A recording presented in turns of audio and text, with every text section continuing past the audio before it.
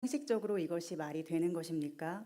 여러분은 누군가를 위하여, 그것도 내게 끊임없이 악행하는 자를 위하여 그렇게 하실 수 있으십니까? 하나님은 그런 분이십니다. 이 끝없는 인자와 자비로 오늘도 우리는 하나님의 보좌 앞에 나아갈 수 있게 되었음을 감사합니다. 또한 하나님은 어떤 분이십니까? 하나님께서는 포도원을 만드시고 울타리를 둘러주시고 즙자는 틀을 만드시고 망대를 짓고 농부들에게 맡기셨습니다. 울타리도 포도원도 다 하나님이 주신 것입니다. 농부들이 한 일은 없습니다. 그들은 그저 주신 것을 받고 살아갈 뿐입니다. 오늘 우리도 그렇습니다. 모든 것이 다 하나님께서 주신 것들 뿐입니다. 나이가 들면서 점점 시력이 떨어져 갈 때 우리는 생각하게 됩니다. 하나님께서 주신 것인데. 또 다리가 아프고 삐걱거리기 시작할 때, 몸살이 나서 움직일 수 없이 아플 때 우리는 생각하게 되죠. 다 하나님이 주신 것인데. 그런데 얼마나 감사하며 살았는가. 이제 더 감사하며 살아야지 하고 말입니다. 반면에 본문에 등장하는 또 하나의 모습은 바로 완악함입니다. 하나님의 은혜와 자비와 인자하심에 대비되어 나오는 것이 바로 완악한 농부의 모습입니다. 이 비유는 예수님께서 대제사장들과 백성의 장로들에게 하신 말씀입니다. 즉 우리는 본문에서 하나님의 백성이라는 자들의 완고한 모습을 보게 됩니다. 그런데 여러분, 본문에 나오는 농부들처럼 누군가를 죽이고 상처 주는 것은 죄책감을 가져야 할 일일까요? 아닐까요? 누군가를 소중히 여기지 않고 죽이고 상처를 주는 것은 그 자체로 죄입니다. 왜냐하면 하나님은 그런 분이 아니시기 때문입니다.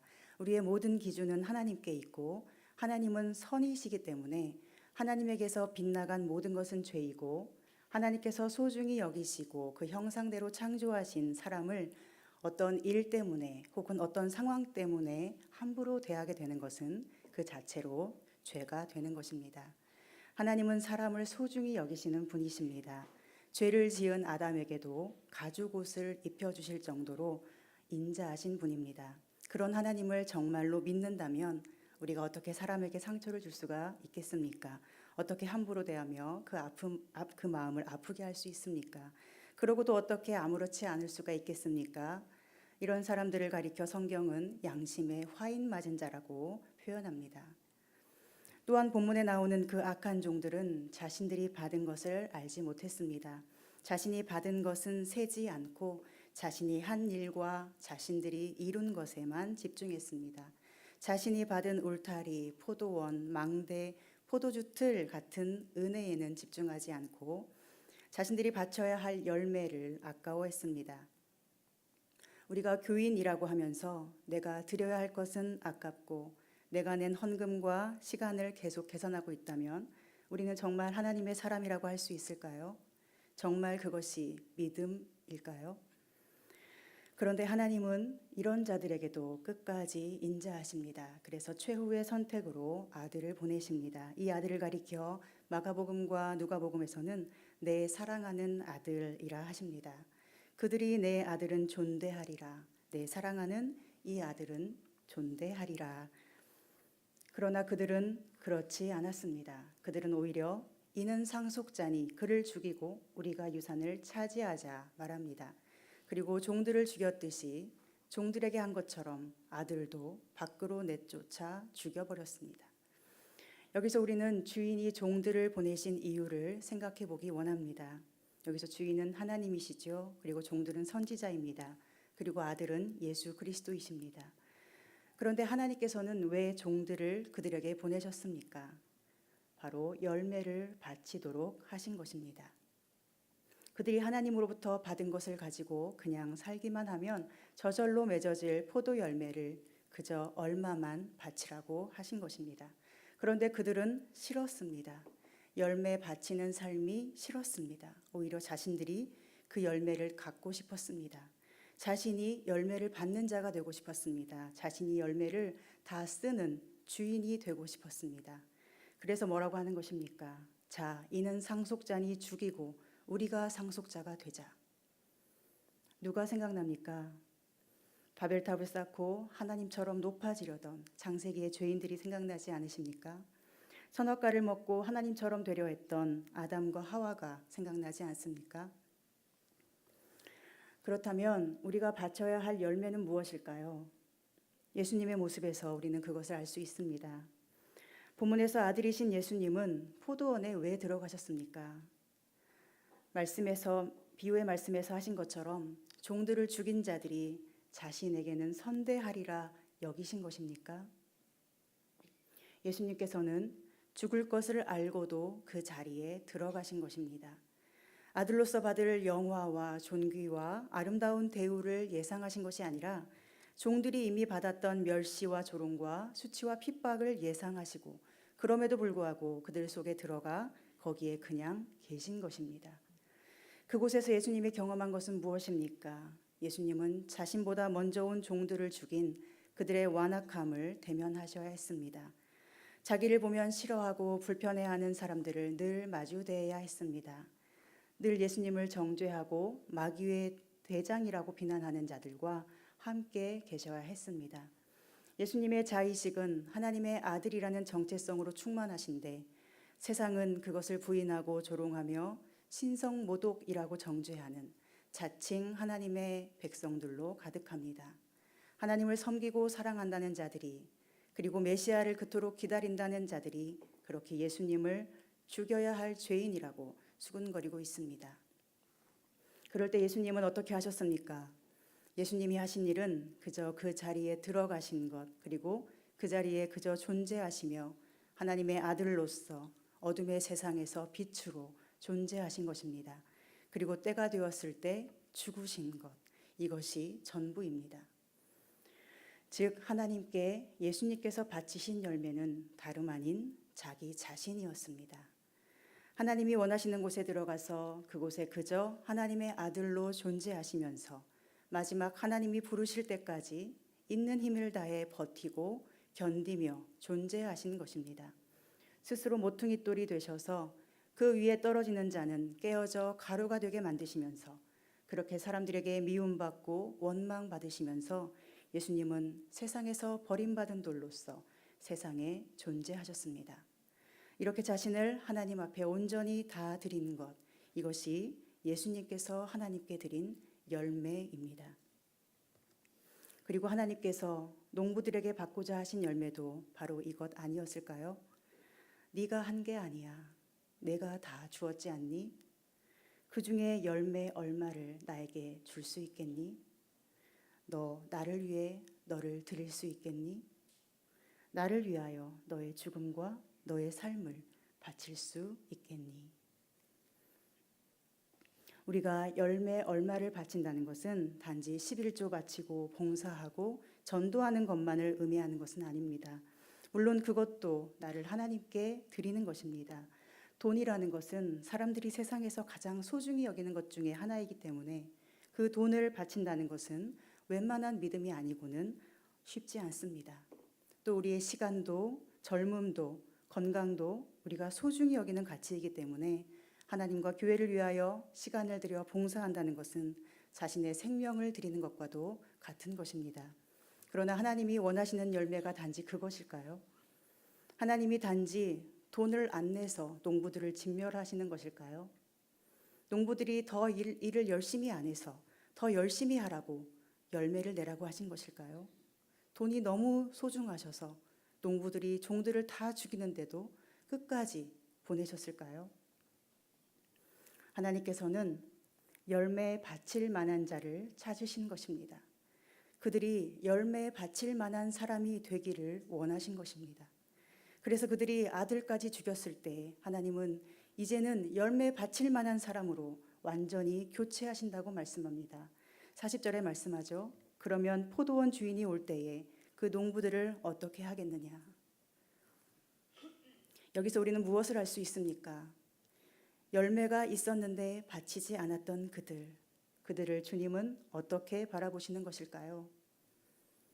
그들에게는 바칠 열매가 있었습니다. 지금 우리로 말하면 열심히 신앙생활하며 전도도 많이 하고 봉사도 합니다. 우리는 보통 그런 것을 열매라고 합니다. 바리새인들은 하나님의 백성이라고 하면서 이것저것 많은 열매를 맺었습니다. 성경의 율법도 다 지키고 그것도 모자라 자신들이 더 정해서 율법을 지켰습니다. 예수님께서 너희의 의가 서기관과 바리새인보다 낫지 아니하면 천국에 들어갈 수 없으리라 말씀하신 것처럼 그들은 사람들에게 너무도 존경받는 사람이었고 사람들이 보기에 모범적인 신앙생활을 하고 있었습니다. 그런데 왜 예수님은 그들을 미워하십니까? 왜 예수님은 하나님의 나라를 너희는 빼앗기고 그 나라에 열매 맺는 백성이 받으리라 라고 말씀하십니까? 이 말씀 자체로 우리는 무엇을 알 수 있습니까? 그들은 열매를 맺은 것이 아니라는 것입니다. 열매를 바치라고 하시는데, 그리고 이 말은 열매가 있다는 뜻인데 실상은 열매가 없습니다. 열매를 바칠 만한 것들이 엄청나게 많은데 예수님은 그들을 대신 열매 맺는 백성들이 그 나라를 차지한다고 하십니다. 열매가 전혀 없다는 뜻이죠. 여기서 우리는 열매가 무엇인지 알 수 있습니다. 열매는 바로 예수님처럼 사는 것입니다. 종을 죽인 자들이 자신도 죽이고 능욕할 것을 알고도 그 자리에 들어가는 것, 그리고 그 자리에서 사람들이 싫어하고 죽이려고 해도 묵묵히 자신의 사명을 감당하는 것, 그리고 하나님이 오라고 하실 때까지, 하나님이 옮기실 때까지 그 자리에서 버티고 견디며 하나님의 나라를 확장하는 자로 서 있는 것, 이것이 우리가 하나님께 드려야 할 열매가 아닐까요? 때로 우리는 평범하게 살고 싶은 욕구가 있습니다. 괜히 나섰다가 욕을 먹느니 차라리 가만히 있으면서 군중 속에 숨고자 하는 마음이 있습니다. 많은 그리스도인들이 착한 사람이 되어야 한다는 컴플렉스에 빠져서 말해야 할 때는 잠잠하고 가만히 있어야 할 때 말을 하기도 합니다. 그러나 그리스도인이 욕을 먹으면 안 되는 대상은 누구입니까? 사회의 모든 사람들에게입니까? 예수님의 진리를 왜곡하는 자들에게도입니까? 또한 갑질하는 사람들에게도 그리스도인은 절대로 욕을 먹으면 안 되는 것입니까? 너무 많은 사람들이 자신보다 힘 있는 자에게 욕을 듣기 싫어서 뒤로 숨고 있습니다. 바른 말을 해야 할 때도 비난받기 싫어서 나서지 못하고 있습니다. 그런데 그럴 때 상처받는 것은 누구일까요? 그 속에 예수님이 들어있는 자들, 선량한 자들, 죽을 힘을 다해 버티고 견디며 하나님 나라를 세워가는 선량한 그리스도인들, 그리고 그들과 함께 거하시며 누구보다 상처를 받으시는 분은 바로 예수님이 아니겠습니까? 때로 그리스도인으로 산다는 것은 너무 어려운 과제로 다가옵니다. 아니, 거의 항상 그리스도인으로 사는 것은 엄청난 고난일 경우가 많이 있습니다. 왜냐하면 이 어둠의 세상은 빛을 싫어하고 악은 선을 미워하기 때문입니다. 그래서 우리는 세상에서 조용하게 평범하게 살고 싶어서 하나님의 뜻과는 정반대의 길에 서게 되기도 합니다. 그러나 강한 자가 약한 자를 괴롭힐 때, 또한 악한 자가 선한 자에게 달려들어 물어뜯고 핥힐 때, 그것을 보는 그리스도인은 어떻게 해야겠습니까? 악한 죄가 연약한 백성을 물어뜯고 핥힐 때 예수님은 어떻게 하셨습니까? 예수님은 죄와 사망의 권세가 주님의 사람들을 핥히려고 달려들 때 그 공격을 온몸으로 막아내신 분이십니다. 피하지 않고 두려워하지 않고 숨지 않고 원망하지 않고 어둠과 죄악의 모든 권세를 온몸으로 막아내셨습니다. 히브리서 13장 2절은 이렇게 말씀합니다. 믿음의 주요 또 온전하게 하시는 이인 예수를 바라보자. 그는 그 앞에 있는 기쁨을 위하여 십자가를 참으사 부끄러움을 개의치 아니하시더니 하나님 보좌 우편에 앉으셨느니라. 아멘. 주님은 십자가를 참으사 부끄러움을 개의치 않으셨다고 말씀합니다. 개의치 않았다는 것을 다른 번역으로 보면 부끄러움을 경멸했다는 뜻이 됩니다. 즉 주님은 악한 권세가 주는 부끄러운 마음, 인간적으로 겪게 되는 모든 부끄러움을 경멸하셨다는 것입니다. 악이 우리에게 다가오는 첫 번째 방식도 부끄러움입니다. 상대방이 우리에게 뭔가 나쁜 말을 하고 정죄하고 또 다른 사람 앞에서 무시하는 행동을 했을 때 많은 사람들이 이것을 자신의 잘못으로 여기며 부끄러워하기 시작합니다. 자책을 하고 나는 이런 대우를 받아도 되는 사람인 건가? 라고 생각합니다. 그러나 우리 주님께서는 그런 모든 생각을 거부하셨습니다. 주님은 악이 주는 모든 부끄러움을 경멸하셨습니다. 진리를 위하여 선택한 바른 길을 절대로 부끄러워하지 않으셨습니다. 그리고 십자가를 참아내심으로 하나님께 자신을 온전히 열매로 드리셨습니다. 악한 세상에서 살아가기 때문에 우리에게는 때로 두려움이 생길 것입니다. 죽을까 봐 두렵고 또 앞날은 캄캄하고 준비해 둔 것은 없고 또 준비해도 소용없을 것 같고 아무도 곁에 없는 것과 같은 외로움과 막막함이 때로 우리 마음을 힘들게 하는 순간도 있을 것입니다. 그리고 그 모든 것은 죽음에 대한 두려움의 파편들임을 우리는 잘 알고 있습니다. 그러나 우리가 죽음을 이길 수 있는 이유는 무엇입니까? 하나님만이 생명의 주관자임을 믿기 때문입니다. 하나님께서 그 위대하신 손길과 따사로운 숨결로 나를 창조하시고 이 땅에 특별한 목적을 가지고 보내셨으며 내가 있는 그 자리에 늘 함께 하시며 사랑으로 바라보고 계시고 때가 되면 그 영원한 품으로 다시 부르실 것을 믿기 때문에 우리는 세상이 사람이 죽일 것 같은 두려움을 다 이길 수가 있는 것입니다. 사무엘상에 보면 한나는 이렇게 노래합니다. 나를 죽이기도 하시고 살리기도 하시는 분은 오직 하나님이십니다. 하나님은 죽이기도 하시고 살리기도 하시는도다. 바울 사도에게는 그를 죽이려는 자들이 엄청나게 많았습니다. 유대인들 중 어떤 사람들은 바울을 죽이기 위해서 그를 죽이기 전에는 식음을 전폐하겠다고 하는 자들도 많았습니다. 그러나 바울은 누구의 손에 죽었습니까? 바울은 유대인의 손에 죽지 않았습니다. 바울은 하나님께서 보내신 로마 땅에서 하나님의 손에 죽었습니다. 하나님의 때가 되었을 때 하나님의 꿈을 이루며 결국 하나님 품에 안겼습니다. 오늘 예수님도 그렇습니다. 당당하게 모퉁이 돌로 거하시던 예수님을 대제사장과 바리새인들은 죽이고 싶을 정도로 미워했습니다.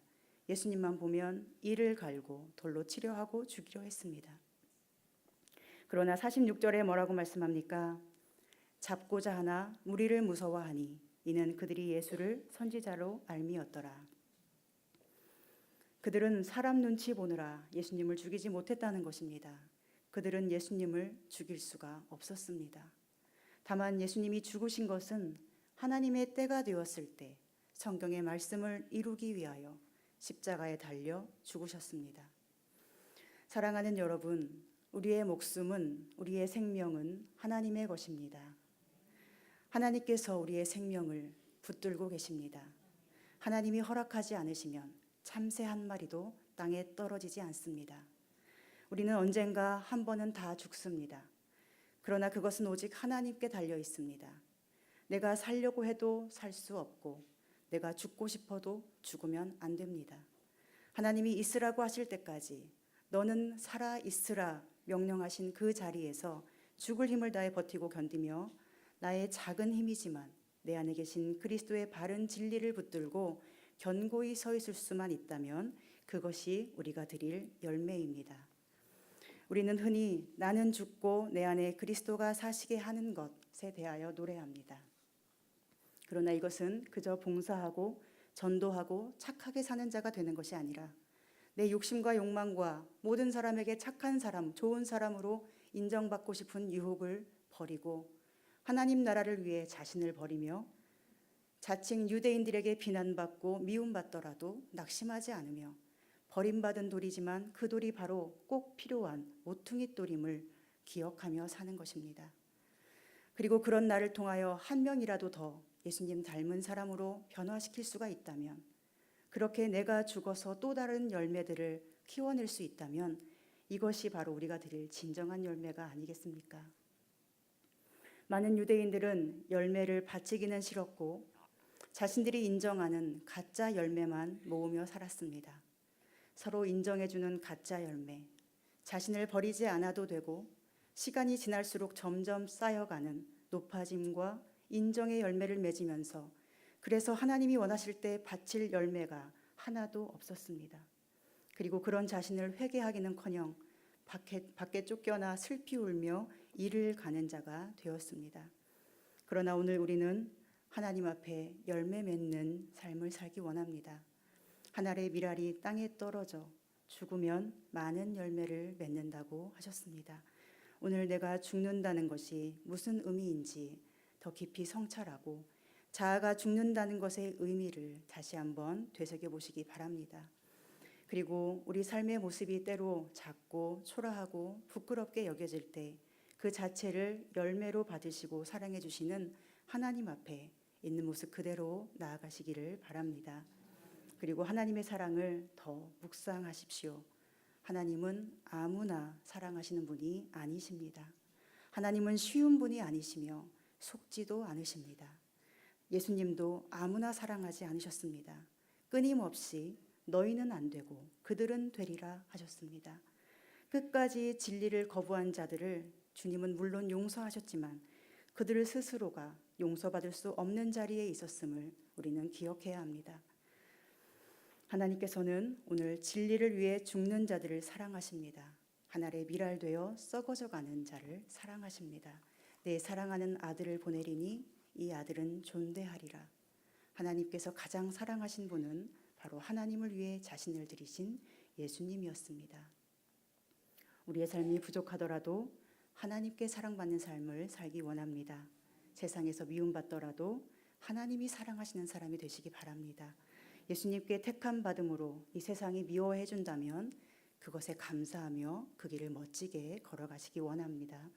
바로 그것이 하나님께 영광이 되는 우리의 삶임을 기억하며 이 사순절 기간에 우리 자신을 온전히 주께 드리는 그 나라의 열매로 살아가기를 간절히 소망합니다. 기도하겠습니다. 하나님, 건축자들이 버린 돌이 모퉁이 돌이 되어 하나님 나라를 꿈꾸게 하시니 감사합니다. 우리가 비록 지금은 어리석고 무지하나 날로 더욱 주님의 마음을 깊이 깨닫게 하시고 주님의 뜻대로 살게 해주시옵소서. 예수님처럼 세상 앞에, 죄악 앞에, 악한 모든 권세 앞에 늘 당당하게 하시고 우리의 삶을 온전히 열매로 드리게 하여 주시옵소서.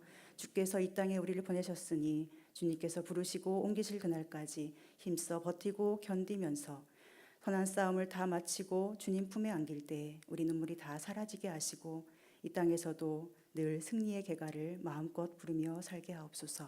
예수님의 이름으로 기도합니다. 아멘. 찬송가 150장 함께